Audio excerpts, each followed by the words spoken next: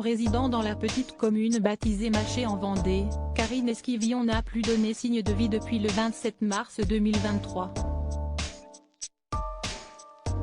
Une information judiciaire a été ouverte par le parquet de La Roche-sur-Yon contre X le 17 avril 2023, pour enlèvement et séquestration.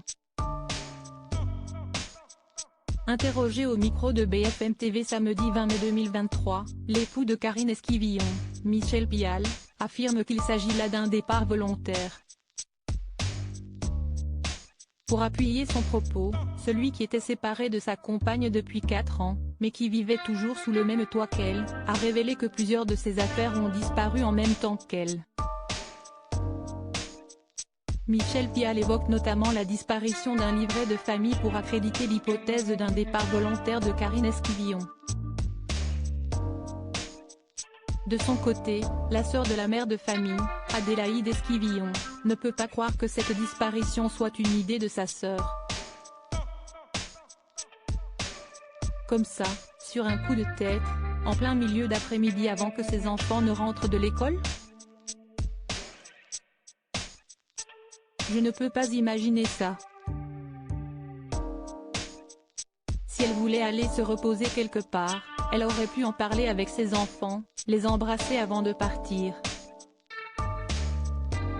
On peut dire les choses et ne pas fuir, a déclaré Adélaïde Esquivillon au micro de BFM TV lundi 22 mai 2023. Disparition de Karine Esquivillon en Vendée, son téléphone portable retrouvé sans carte SIM pour l'instant, de nombreuses zones d'ombre persistent dans cette affaire. Pour rappel, Michel Pial n'a signalé la disparition de son épouse que le 3 avril 2023, soit une semaine après que Karine Esquivillon n'ait plus donné signe de vie. J'étais persuadé qu'elle allait revenir, a-t-il déclaré sur BFM TV, afin de justifier ce temps de latence.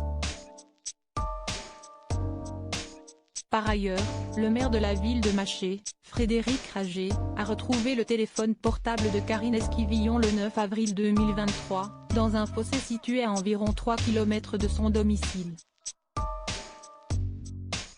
Dépourvu de carte SIM, l'appareil était parfaitement propre et sec, et avec un niveau de batterie très bon, ce qui pouvait laisser entendre qu'il n'y a pas très longtemps qu'il était là, a déclaré Frédéric Rager, toujours à BFM TV. À propos de l'auteur Clément Machetto, passionné de sport, et plus particulièrement de football, de basketball et de catch, merci Canal+, Koh-Lanta est pour moi le programme incontournable de la télévision française. Par le passé, j'étais également un téléspectateur assidu de la Star Academy sur TF1, mais aussi de la trilogie du samedi sur M6. Aujourd'hui le monde des médias n'a plus aucun secret pour moi. Ou presque. Ces derniers articles. Victor Wembanyama, le prodige du basket français, va-t-il encore grandir? Elisabeth II, ce conseil inestimable donné à Sarah Ferguson avant sa mort. Maïtena Biraben millionnaire, ce qu'elle compte faire du jackpot qu'elle va toucher.